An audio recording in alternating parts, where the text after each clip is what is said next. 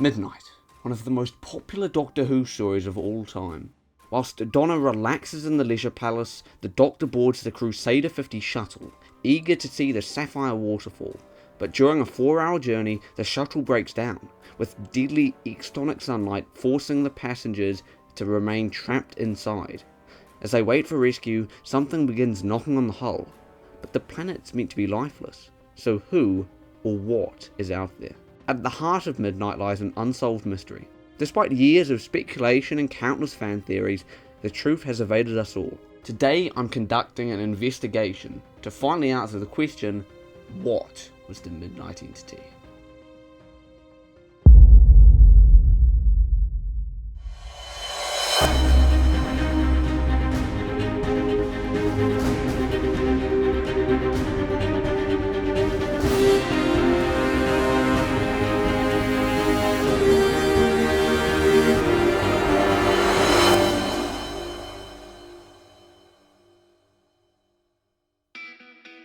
Before we get into the mystery, please do consider liking and subscribing. It really does help the channel, and if we can reach 1,000 subscribers, I will be live streaming myself reacting to an entire Doctor Who season of your choice. You don't want to miss out on it. I also want to say that with rumours around a potential sequel to Midnight later down the line in Season 2, I figured now would be the perfect time to revisit one of the most popular mysteries in the show. And so, let's begin the investigation. For this investigation, I found some pretty shocking evidence. I even noticed things that I've never seen pointed out online before. There will be 3 parts: pulling the evidence, ruling out potential theories, and finally offering my insights and discussing whether or not this is the Doctor Who mystery solved. Before we enter stage 1, we must first travel back to the hectic months leading up to the broadcast of Midnight in 2008.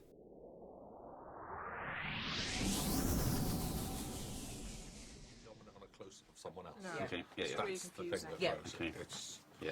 For those that don't know, Midnight was the 10th episode of Doctor Who Season 4. Under showrunner Russell T Davies and lead actor David Tennant, Doctor Who's popularity was at its peak. There was just one problem. Production was about to start for Century House, written by Tom McRae. It was his second contribution to the series. But Russell T Davies was unhappy with the script, and at short notice, he wrote a replacement in just 3 days.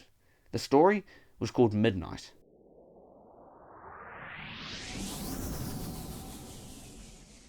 Now, I looked through the production notes, I even watched the full-length Doctor Who Confidential, both of which gave me insights into the production, but there was zero information regarding the Midnight Entity. As you can see, it's June 14th, 2008, and Midnight is airing, so let's dive in and see what evidence lies there. If you'd rather preserve the mystery, now's your last chance to click away, because the results of this investigation could change how you view Midnight forever. I've got to admit, it took quite a few re-watches to get all of this evidence. We're going to go through it blow by blow. Ladies and gentlemen, and variations thereupon, get comfortable. Get yourself a packet of peanuts or a peach and clementine juice. Let's get into this. After a great pre-title sequence, the Doctor is seen preparing for departure with the other passengers. There is Professor Hobbs and his assistant Dee Dee, a married couple, Biff and Val Kane, and their teenage son Jethro. There is also a particularly disinterested looking Sky Silvestri, and a hostess called... there's also Driver Joe and Claude, the mechanic, although we meet them later on. As the shuttle is about to depart, Driver Joe addresses the group, claiming that there's been a rock fall and that the Crusader 50 will subsequently be taking a detour. Little do they know, all 3 crew members and 1 passenger will end up dead. It's a 4-hour journey, but the pain in the ass of an entertainment system's gone down. Oh no, the passengers are going to have to talk to each other. This then leads into sequences of the Doctor talking with the passengers, most notably Sky. We learn that she recently has become single, not by choice, so it's likely something very toxic happened between her and her partner. There's also stuff with a funny story about some sort of alien with a big forehead, and after that, the Doctor, he's talking to Dee Dee about the lost moon of Poosh. Little do we know this has relevance to the wider story arc of the season. Anyway, back on topic, and we skip to Professor Hobbs' presentation. This gives us a bit more background on the planet Midnight itself. We learn that the diamonds covering the surface are poisoned by the sun, And of course, that the orbit of the planet works like night and day, with certain sections of the planet shrouded in darkness, whilst the other is exposed to the extonic sun. Hobbes' presentation then shows that the physical structure of midnight is changing. There are two pie charts, one showing the earliest noted physical structure, and the other showing the current physical structure. Just remember that the presentation proves the planet is changing over time. Throughout the original RTD run, there was a web series called Doctor Who Monster Files. There is a world where the ground is made of diamonds. A world that is bathed in brilliant extonic sunlight. Here, it is claimed that no hydrogen-based life forms can survive the planet of midnight. Yet, if we go back to the presentation, we can see a small portion of the planet is composed of H2O, which of course has hydrogen and oxygen. So clearly, hydrogen can exist to some degree on midnight. Actually, looking at this list again, there is H2O, iron, calcium, diamond, magnesium, and potassium that make up the physical structure. But this shows that multiple things can be resistant to extonic radiation, not to mention the finito glass and whatever the shuttle and the leisure palace are made of. Add to this the fact that air pressure walls can stop the radiation for a time, and you realise maybe the extonic sunlight isn't as dangerous as we thought. However, for the purpose of this investigation, let's just assume that any living form of physical matter would instantly be destroyed by the sunlight. The Monster Files offers more interesting information, but we'll come back to that. Now let's continue with the actual story. Hang on. Hobbes' presentation has just been interrupted by the vehicle stopping. The shuttle has reached a complete standstill. The Doctor cheekily gets himself into the cabin, where he's told by Driver Joe that the engines are just settling. Micropetrol engines, all that, it's fine. But actually, the Doctor deduces that there's nothing wrong with the engine. Claude the mechanic then points out that all systems are working, meaning it must be an external influence which has stopped the vehicle. All of this, of course, leads into the infamous scene of the drivers and the Doctor looking out onto the surface of midnight. In fact, the Doctor points out this is a sight that no one else has ever seen. But hang on. Claude claims to see a shadow on a ridge. And there it is again. But Driver Joe, he's lowering the windshields. But holy crap, Claude, he sees a shadow again. Of course, multiple fans online, they've claimed they saw the shadow for themselves, but let's cut the crap. The production team obviously does not secretly plant a shadow or anything out there. The only things moving are the shadows of the characters against the glass and the glistening of sunlight against diamonds. I have no doubt Claude saw a shadow, as it's a bit too big of a coincidence for him to simply have been mistaken. But yeah, we're not going to solve this mystery by pretending evidence is there when it's not. Whatever is out there, it is hidden in plain sight, and only Claude sees it. Overall, in this scene, Claude does offer 3 crucial insights about what was outside. It was dark and shadow light, it was shifting, like it was running, and it was coming towards them. As the Doctor leaves the cabin, he's greeted by Sky, who claims, "I don't need this, I'm on a schedule. This is completely unnecessary." You see, this... what I was saying was, you see... Oh, right, we're up to the banging scene now. Yeah, so basically, all of a sudden they start hearing some knocking against the sides of the shuttle. Everyone's like, holy crap, what is this? If anything, everyone's just a bit confused, but Sky's the first one to actually sort of look suspicious and concerned. The banging occurs 5 times, usually with 2 knocks successively, but sounds then come from the opening door mechanism, and then from the front entrance door. This leads to Biff Kane banging on the door 3 times. Silence. And then the exterior wall is hit 3 times, seemingly in response. The Doctor then knocks 4 times. Ironic, I know, but the point is, silence again. But then there are the 4 knocks again. So clearly, something is communicating with them to some degree. But by this point, Sky, she's essentially having a panic attack, and to make things worse, the banging sounds, they're getting closer to her, like they're singling her out. The ship then gets shaken about, sparks fly everywhere, and a dent is made in the wall right next to Sky. Everything stops. As everyone begins recovering, the Professor suggests they experience an earthquake.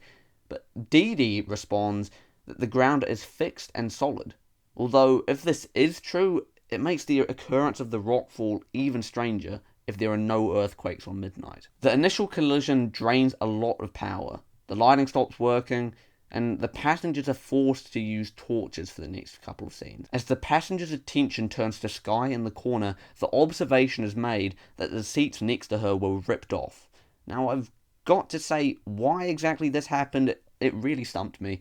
So I can best attribute it to the ship getting thrown about, and that caused the seat damage. Now, looking at Skye, we still see her sitting in the corner with her hands over her head. The attention quickly turns to the fact that the cabin has been ripped away. This means that Driver Joe and Claude the mechanic are dead. But was this done on purpose? Regardless, the passengers do not have any contact with the outside world now. Fortunately for them, a rescue vehicle is only an hour away. Interestingly, the Doctor claims the pilots have been reduced to dust, while other cases in the story claim people would be vaporized by the sunlight. So that is a bit of contradictory evidence, as vapor and dust are very different things. But Skye still remains in the corner in that same position. A groundbreaking discovery I made later on, it gives meaning to this. So just remember that this is a very important moment. I'm going to give you a clue as to why exactly it is important, so just think of it like a clock face showing the time the clock died. The Doctor eventually gets Skye to turn around, and each time she moves her head there's sort of an electrical sounding noise. Skye goes from following the direction of whoever's talking to then mimicking the Doctor when he moves his head from side to side. As we know, Skye then begins to copy everyone, word for word. But notice how initially this is done with no emotion. It is just like this. But then there's a bit of emotion. Not as much as that, that's a bit over the top. But you get the idea. Skye, no emotion, suddenly begins learning the emotion behind the voice. Clearly, some form of learning is taking place, right? If there is a force or entity controlling her, it has to be learning to some degree and rather quickly as well. I think you should leave her alone. This is then followed by Skye being able to talk in sync. This occurs first when the Professor is talking, but notice how she doesn't copy the Doctor and Jethro in that moment.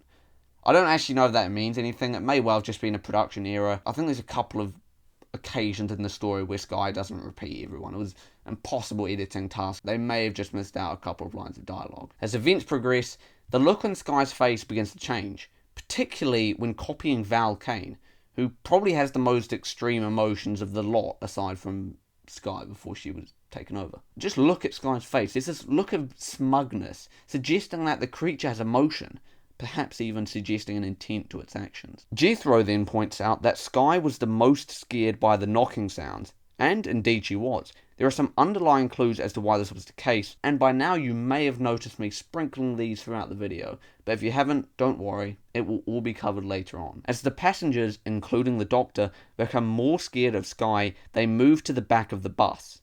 There's only one problem. The Doctor is starting to lose the trust of everyone else. This leads into a rather absurd, albeit important, revelation. So as we know, the Professor throughout the story insists that no life can survive the planet of Midnight. And earlier in the narrative, Biff Kane tells a story about Shambonis, the aliens with large foreheads. Notice how everyone laughs, not questioning the idea of alien life. So clearly, we can say that they all believe aliens exist. If this was the case, why would they get so shocked by the idea of the Doctor himself not being a human? Sure, the idea of someone that looks human and is actually an alien may be odd, but the fact that they all start ganging up on him because of this is just weird.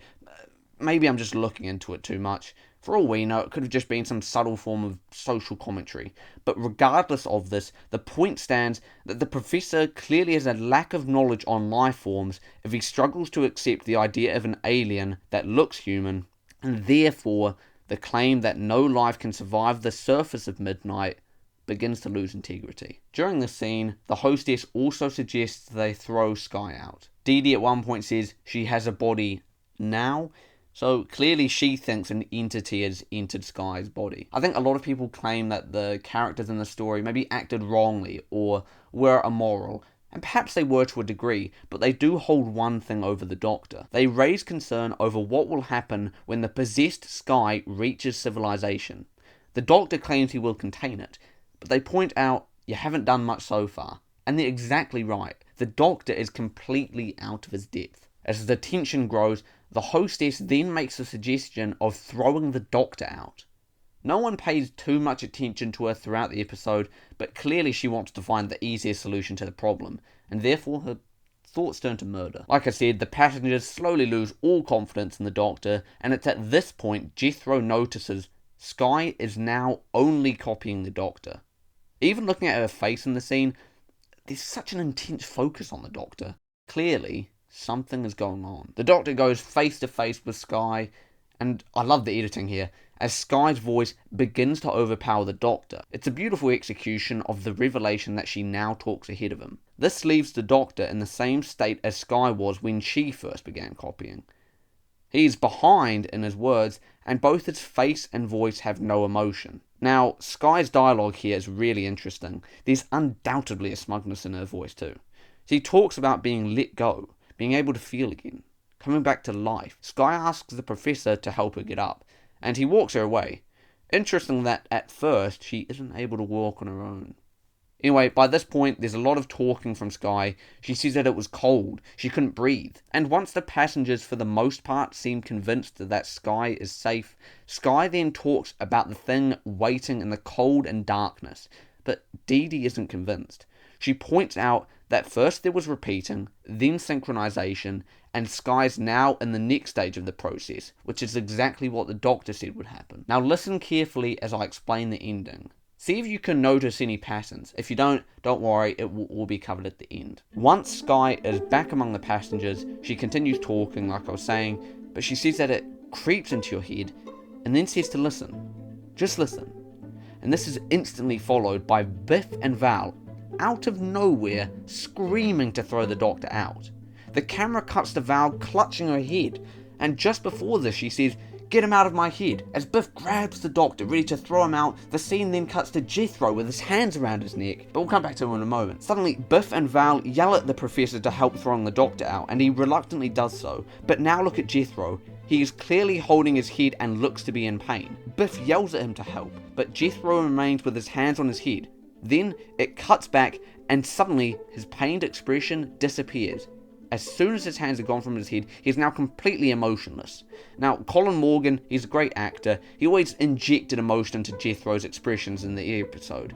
But this is the one scene where he is expressionless. But what's more, Dee Dee, who was telling everyone about how Skye is still being possessed, has stopped doing so. She too is now clutching her head and looks to be in pain. That's now 3 characters who begin clutching their heads in pain, and 2 that were pressured by the other passengers into helping throw the Doctor out. Skye is saying the words, for sure, but there's no anger in her voice. The characters also don't seem too focused on what she's saying for the most part. They seem to be the ones yelling at themselves and pressuring each other, but during the sequence, the hostess, who had been disregarded by the whole crew, is simply ignored by Skye. Even when it is clear that she is realising Skye is still possessed, Skye pays her no notice.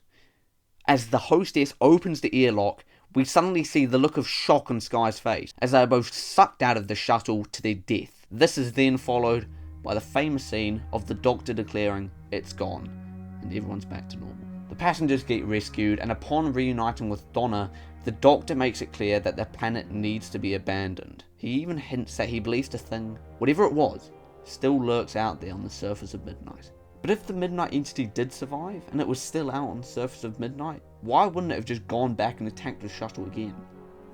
Who knows? The credits roll, and we see that next week the Doctor's going to die. Anyway, that's another story. So there's right now a pretty hefty pool of evidence.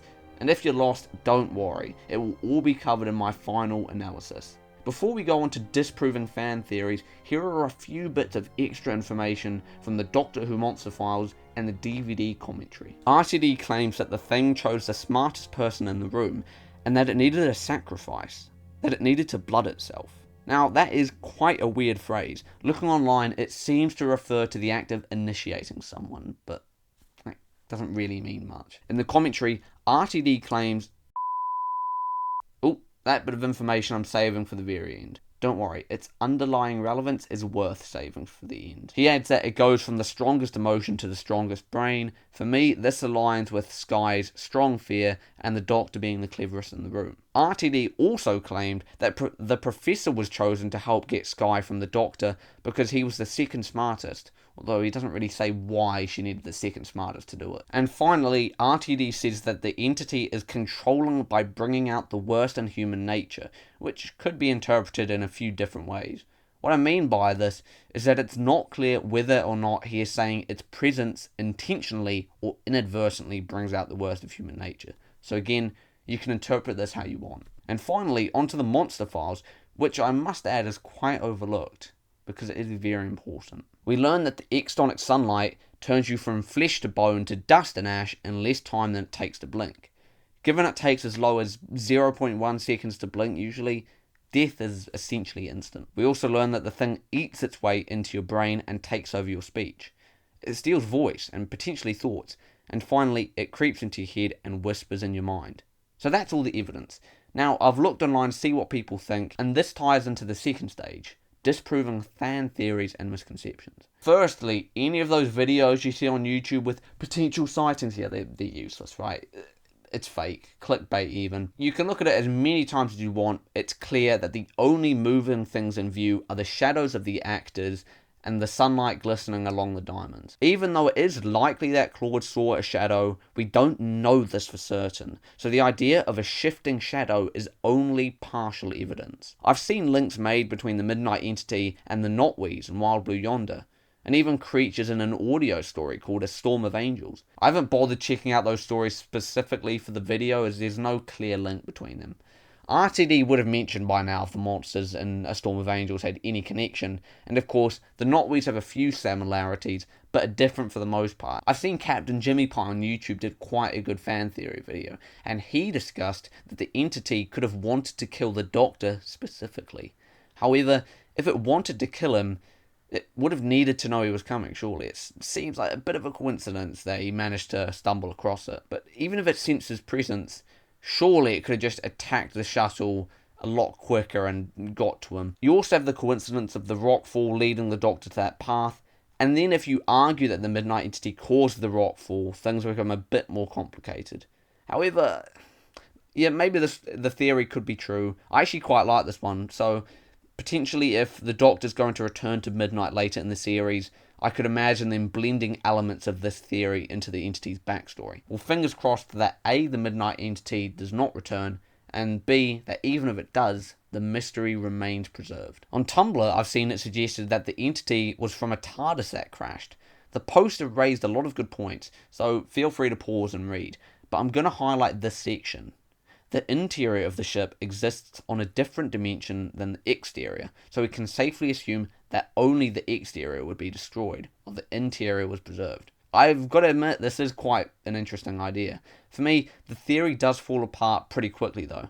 I can't really imagine a TARDIS needing to learn from the passengers like we see in the episode, and also, the creature talks about waiting in the cold and the dark, and sensing heat and blood. I don't really see how this could have any relation to TARDISes personally.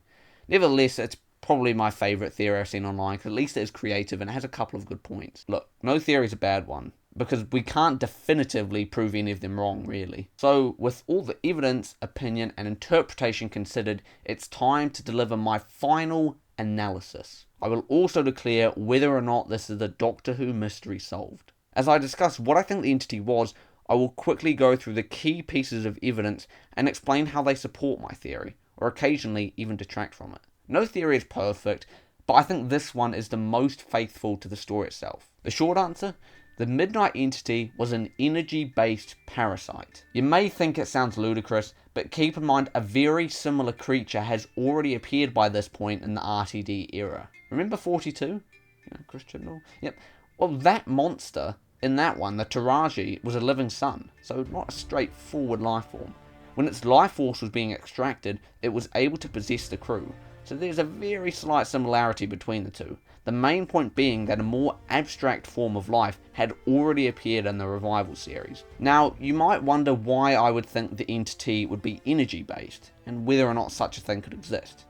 And, well, it's sci-fi, that's the short answer. The limits are already being pushed by the idea of an impossible life form, so here's why I think the Midnight Entity was both energy-based and parasitic in its nature. Firstly, I have to explain the theoretical side of this. Energy can transform, right? That's a fundamental aspect of physics. You cannot get rid of energy. You can't destroy it, There's always been many types of energy, chemical, electric, etc. If that form of energy was living, you would therefore assume it would have the ability to adapt to its surroundings, like energy transforms. In a sense, it could be eternal, because since energy exists, you can't actually destroy it. But this existence is not enough. No. We are talking about a parasite. To thrive, parasites need hosts, and they are often drawn to heat. I'll come back to some of this later. Let's just get into the key talking points of the story. Everything starts with the rockfall. Since the planet is fixed and there are no earthquakes, you have to question what caused this. I imagine that because the Crusader 50 vehicle constantly went along the same path, it eventually weakened the landscape and led to the rockfall. Maybe that wasn't the greatest solution, but the point is, the Midnight Entity did not cause the rockfall. So yes, the rockfall, as we know, it forces the Crusader 50 to take a different path. During the journey, the Doctor disables the entertainment system, and as the passengers get to know each other, the Doctor and Skye discuss her partner breaking up with her. She seems both sad and withdrawn. All of a sudden, the shuttle stops, despite all systems being fine, and this is where the Entity comes into things. I think that the Entity sensed warmth and blood, and used its energy to manifest some sort of opposing force to keep the shuttle in place. Since the parasite is energy based, it has no sight, but typically parasites can sense hosts from a distance, and by freezing the shuttle in place, it had time to approach. Since we hear that it waited in the cold and the dark, the Midnight Entity likely survived the environment by counteracting the extonic sunlight with a form of shadow, because what do shadows represent? Cold and darkness. As the Doctor, Claude and Jo observe the landscape, the Entity approaches, maintaining the form of a shadow. And that is what Claude sees. He claims it was like a shadow, a shifting thing running towards them, and this seems like more than a coincidence. As the Doctor returns to the passengers, Skye, rather agitated, claims, "I don't need this. I'm on a schedule, this is completely unnecessary." Now guys, this line has had significance all along, and that is because it represents a vital piece of evidence. It reflects Skye's intent to kill herself. That censored piece of evidence from the commentary, it was RTD saying that upon reaching the Sapphire Waterfall, Skye Silvestri would commit suicide. This may not sound like a shock revelation, but it explains a lot about Skye's character, and why she is the most emotionally vulnerable. Also, when the shuttle first stopped, everyone was confused, yet Skye immediately seemed more suspicious and concerned. Because she was going to kill herself, the later line, "She said she was going to get me," reflects genuine danger. Skye probably wanted to go out on her own terms, and so the idea of her partner killing her first would have evoked great fear. Anyway, the creature then gets to the Crusader 50 and begins knocking on the walls. Now, in real life nature, parasites don't really have minds of their own, but this is sci-fi, so I believe the Midnight Entity was a form of intelligent life, given it mimics the knocks of the passengers. And also, it demonstrates a clear mind of its own at the end of the episode, don't forget. As Skye gets more and more scared, the creature is drawn to her. It is drawn to the strongest emotion, and that's exactly what RTD claims in the episode commentary.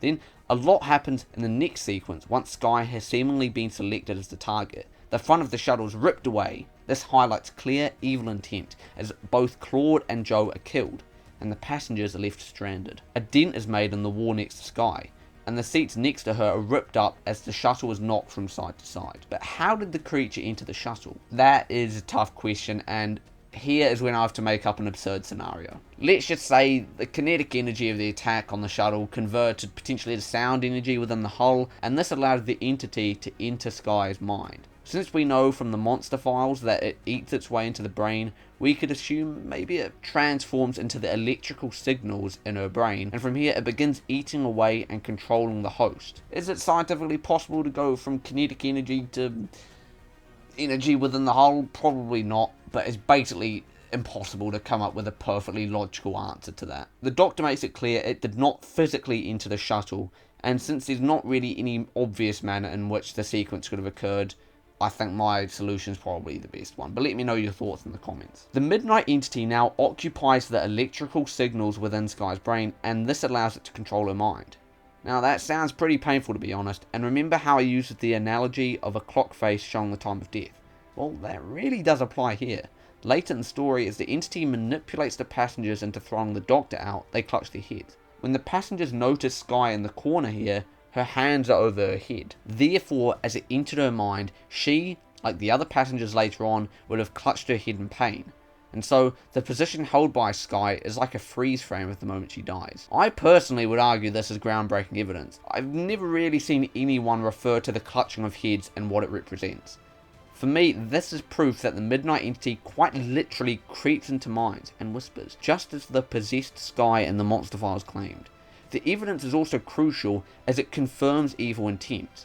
The Doctor wasn't sure if the thing was evil, and I know a lot of people argue the entity was innocent to this day, but the fact that it went from possessing Skye to creeping into the minds of passengers and evoking violent thoughts? Nah, I'm sorry. That's simply too much evidence arguing against the entity being innocent. At the very best, you could argue it didn't have a mind of its own, and therefore it couldn't consider the implications of what it was doing, but even that's a stretch. Now then, Skye looks around the room, and with each turn of the head, we hear a sort of electrical noise. For me, this reinstates that there is now an energetic presence behind those eyes.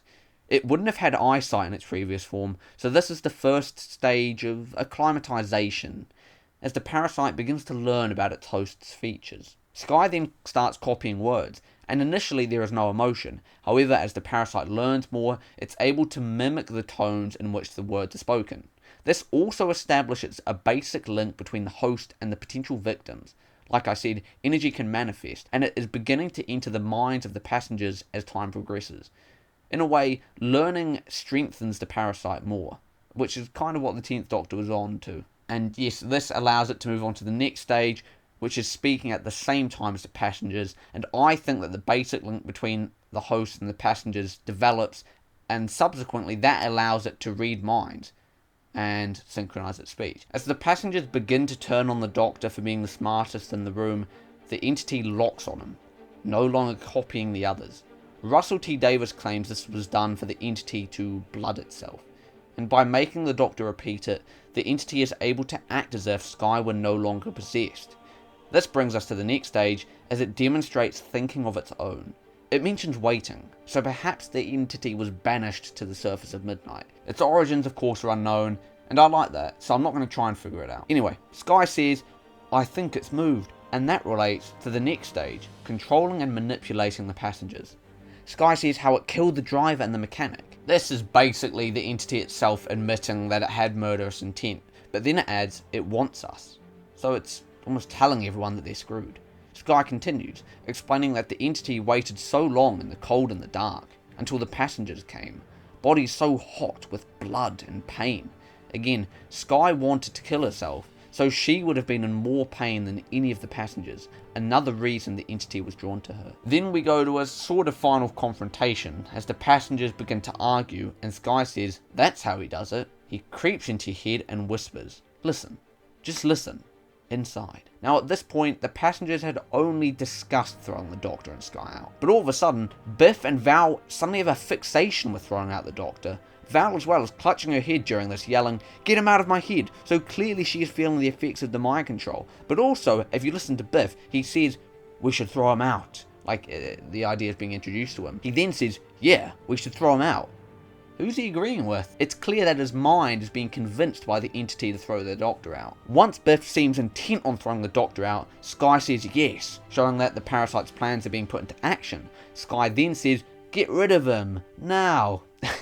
At this point, I'm basically just reading the transcript, but it is useful stuff. Then she says, "Cast him out, into the sun and the night. Do it now." During this, notice how the Professor is bullied into helping, and Jethro begins to clutch his head. Clearly, on a non-verbal level, the entity has decided it wants Jethro to help, which is why he begins clutching his head in pain as it enters his mind, and all of a sudden, look, we cut to him. When we next see him, his hands are now busy lifting up the Doctor, and there is no emotion on his face. Even Dee Dee around now goes from protesting to clutching her head in pain as the entity gets her on board as well. When the hostess says to Dee Dee, it's still her, Dee Dee's just shaking her head like she's disagreeing but she doesn't want to. Skye keeps, at this point, she's still saying a bunch of random stuff, but sprinkled in there are a couple of foreign phrases. Molto bene and allons-y. The hostess by this point catches on. Meanwhile, Skye is she's still yapping about the emptiness awaits, but remember, the entity has been learning from these humans who disregarded the hostess, who belittled her. Why should the entity care about what this insignificant woman standing off to the side was doing? Uh-oh, all of a sudden, hostess, has grabbed Sky, and they're both being pulled out onto the surface of Midnight, dying instantly in the extonic sunlight. Since the Midnight entity's host was vaporized, the question is, did it survive? Well, if it was a form of energy, we must remember that energy itself cannot be destroyed. But then again, if it survived, why not get the shuttle again? So I'm just going to say, no, it didn't survive. It died with the host. And yes, the Doctor is released, all the passengers sigh with relief, and we return to the Leisure Palace. The Doctor seems to think the creature has survived, and he decides that Midnight should be left to orbit an extonic star in silence. The end. Never to be seen again. For now. Well, there you have it. Did my theory make a lot of sense? I thought some of it was quite good. Of course, I had to make a lot of assumptions, and my physics knowledge is poor. So the energy-based parasite idea may well have broken the laws of physics. But then again, Doctor Who's about a guy that time travels in a police box, so hey-ho. Overall, I'm pretty confident to say the Midnight entity was a parasite. The whole energy-based thing, that was more a way of piecing together the last few bits of the puzzle. The good thing is, even with all the evidence, I'm still not really any better off than I was at the start of the investigation. And that's a good thing. Midnight, it's probably in my top 10, top 5 even, Doctor Who stories of all time. So having to rewatch it a lot of times, well, that wasn't a bad thing for me. Although I wouldn't do the same thing. I don't really think there's going to be any more evidence you can squeeze out of it. To close the case, I'm declaring this a mystery unsolved. Honestly though, I doubt this comes as a great surprise. The origin and the species of the Midnight entity remain unknown even with all of this. But I certainly would say I have a better grasp of what it could be. And I do feel confident enough to conclude it was evil. But that's only in my headcanon, as I cannot say for certain. I hope you've enjoyed this journey back to 2008. Midnight really is a special episode, and I think I've delved deeper into the mystery than anyone has before. And you've been a part of that, so congratulations, and thank you for watching this, because I know it probably would have been convoluted and confusing at times. If there's one thing this video has taught me, it's that mysteries make Doctor Who just that bit more tantalising. They make the rewatches even more rewarding.